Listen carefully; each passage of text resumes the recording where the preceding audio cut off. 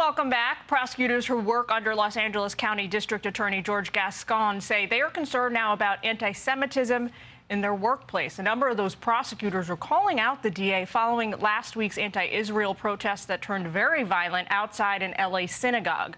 They say Gascon took an aggressive posture after pro-Israel counter-protesters joined the scramble, but not against the anti-Semitic mob that started the whole thing. Karol Markowicz is the host of the Karol Markowicz Show on iHeartRadio. She joins me now to break it all down.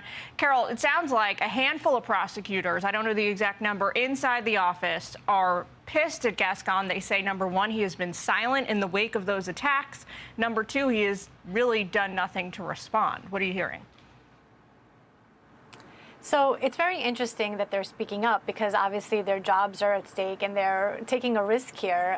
There was a very famous South American politician who said, for my friends, everything, for my enemies, the law. And that's what we're seeing from these politicized DAs all across the country. They're protecting their friends, and the Jews have to realize that they are not friends on the left. They do not have friends on the left. They do not have friends in these DA offices. And so these assistant DAs speaking up is a really good thing. I hope that they continue to do so. I hope that they don't get forced out. But it's very interesting that these prosecutors are not defending the Jewish community at all and not allowing them to defend themselves.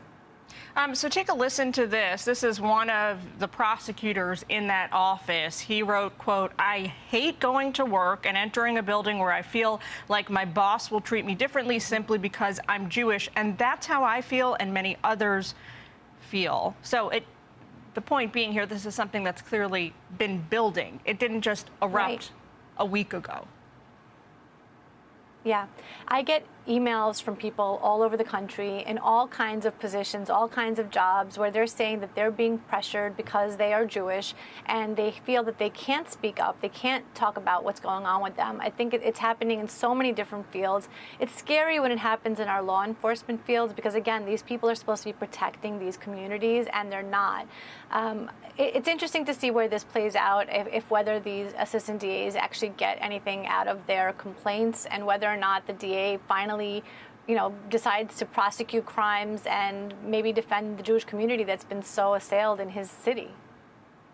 We did get a response, which I want to flag for you, from Gascon's spokesperson. I'm not going to read the whole thing, but we can put it up on screen. They say they condemn all forms of hatred, including anti-Semitism, and they take allegations seriously. Any suggestions that the office is sympathetic to organizations that promote hatred, discrimination, violence, or terrorism is unfounded, and they insist they will continue prosecuting demonstrators and counter-protests driven solely by the principles of law and justice without bias towards any group. So they are, I guess, punching back against accusations they have been slow-walking justice for these anti-Jewish protesters.